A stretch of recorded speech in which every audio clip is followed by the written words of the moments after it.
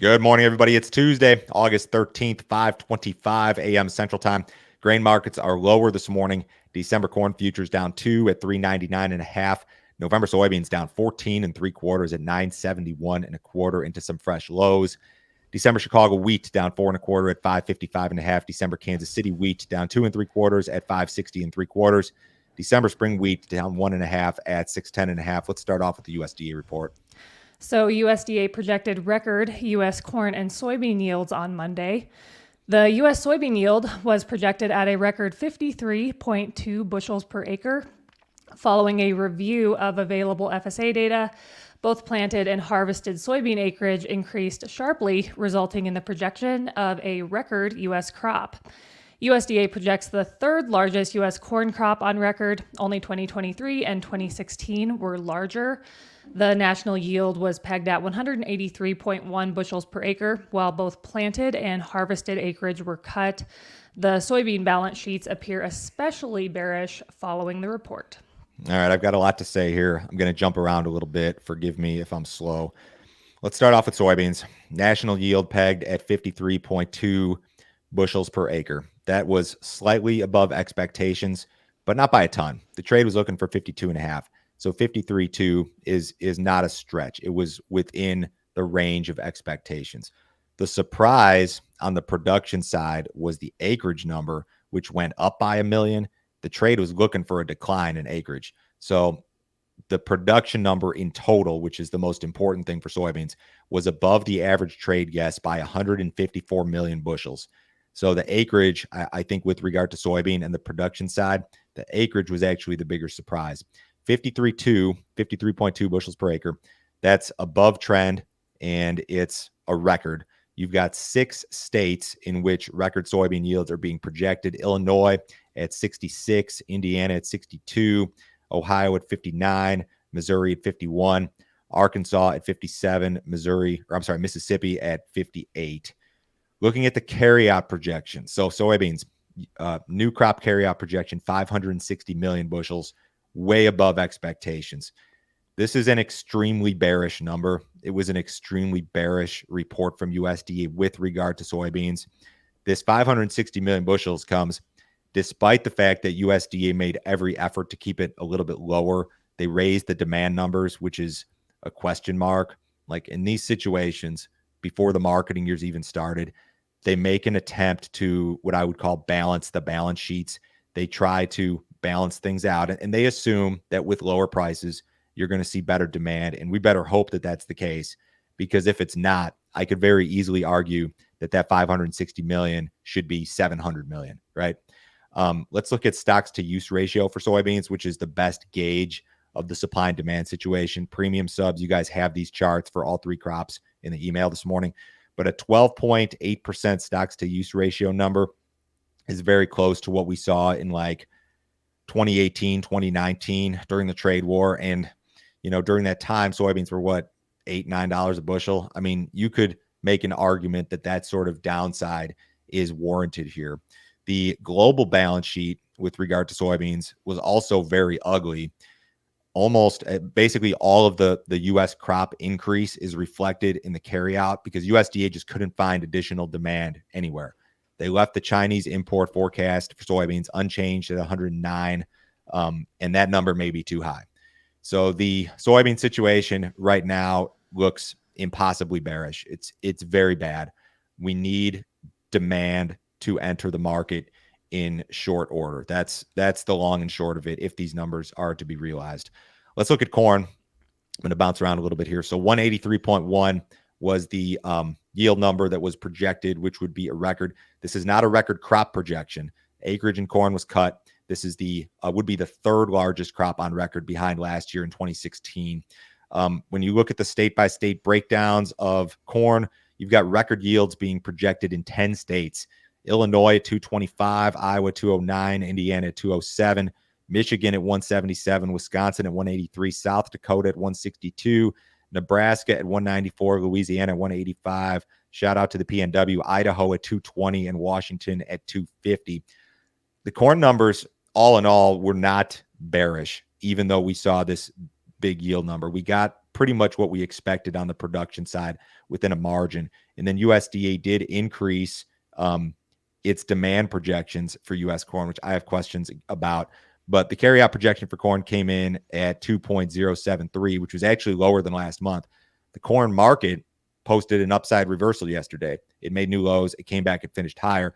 The soybean market, on the other hand, fell on its face and made fresh lows again overnight. So long story short, the soybean situation and numbers were extremely bearish.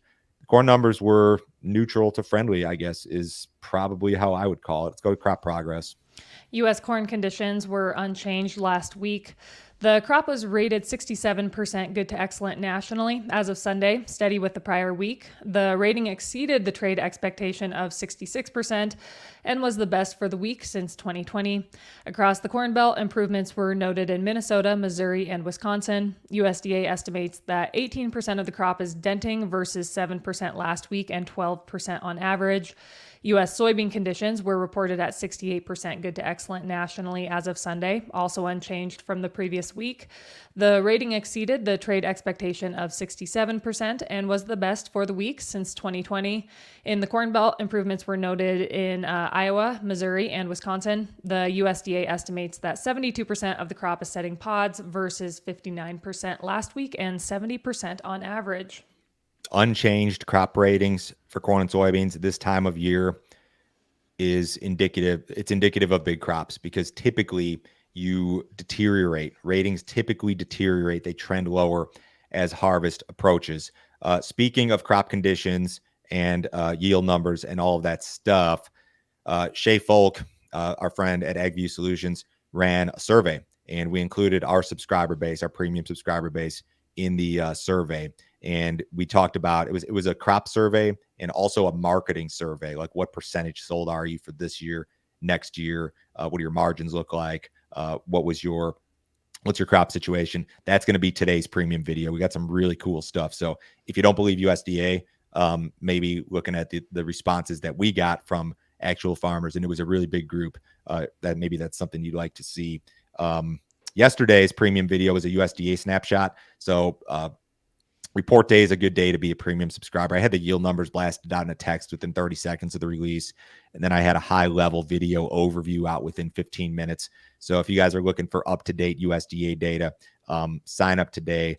If you sign up today, I'll forward you a copy of this morning's premium videos. They're all included in the emails, private links. There's no login instructions, nothing to download. It's a piece of cake.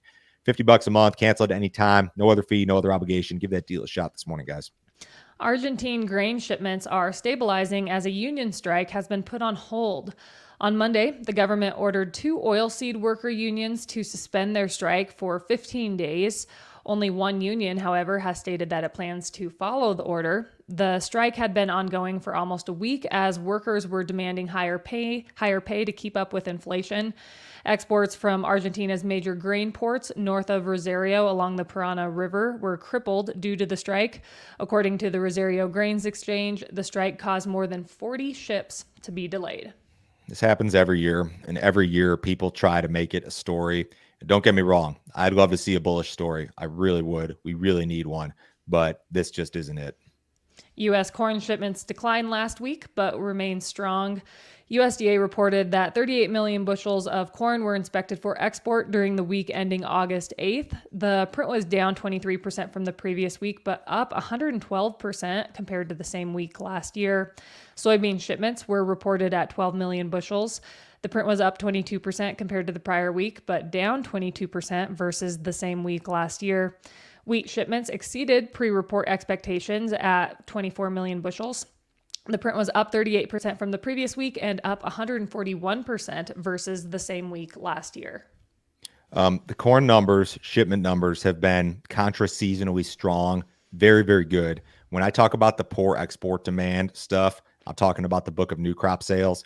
These are actual shipments, and they've been very, very good for corn. So we're going to hit USDA's target. You might even exceed USDA's old crop target, which would be excellent.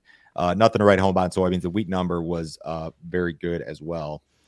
USDA reported multiple flash sales on Monday. U.S. exporters sold 6 million bushels of corn to unknown destinations for delivery during the next marketing year. Exporters also sold 11 million bushels of soybeans to unknown destinations. Of the total, 4 million bushels are for delivery during the current marketing year, and the remaining 7 million bushels are for delivery during the next marketing year. The flash sales are bearish. I know that doesn't make any sense, but you're going to see flash sales of soybeans this time of year, every single year. But this time around, they're so piss poor in terms of the quantities being reported. It's 100,000, it's 200. We're just not seeing the numbers that we need to see. The market's looking at this and saying, yeah, we're seeing export demand like we always do, but it sucks. And this just adds fuel to the bearish fire. We need to see bigger numbers. Crude oil prices jumped on Monday amid rising tensions in the Middle East. US WTI crude increased 4.2% to settle at $80.06 per barrel. The increase comes on the heels of WTI gaining 4.5% last week. Iran is anticipated to attack Israel in the coming days in response to the killings of a Hamas leader and a Hezbollah military commander. The U.S. Defense Department has dispatched a carrier strike group and a guided missile submarine to the Middle East. If an attack does occur, global crude supplies will likely tighten and prices will increase. This is not the first or last time that conflict in the Middle East has caused or will cause crude oil prices to rise. They're concerned about a conflict there. The United States is going to maybe get involved in some way, shape, or form. If crude gets strong enough, it may eventually help to support the entire commodity complex, grains included. We are not to that point yet. What did cattle do yesterday? It was another rough day for cattle futures. Feeders were down $1.50 to $2.10 lower. Live cattle were down 35 cents to $1.12 lower. Box beef gained some ground yesterday. Choice ended the day at $315.83. That was up $3.12. And Select ended the day at $300.17. That was up $1.58. Outside markets, U.S. dollars about flat. Stocks are mixed. Bonds are down. Crude oil is down 34 cents in the October WTI at 78.11. Have a great day, guys. I hope I have maybe some better news for you tomorrow. We'll talk to you on Wednesday.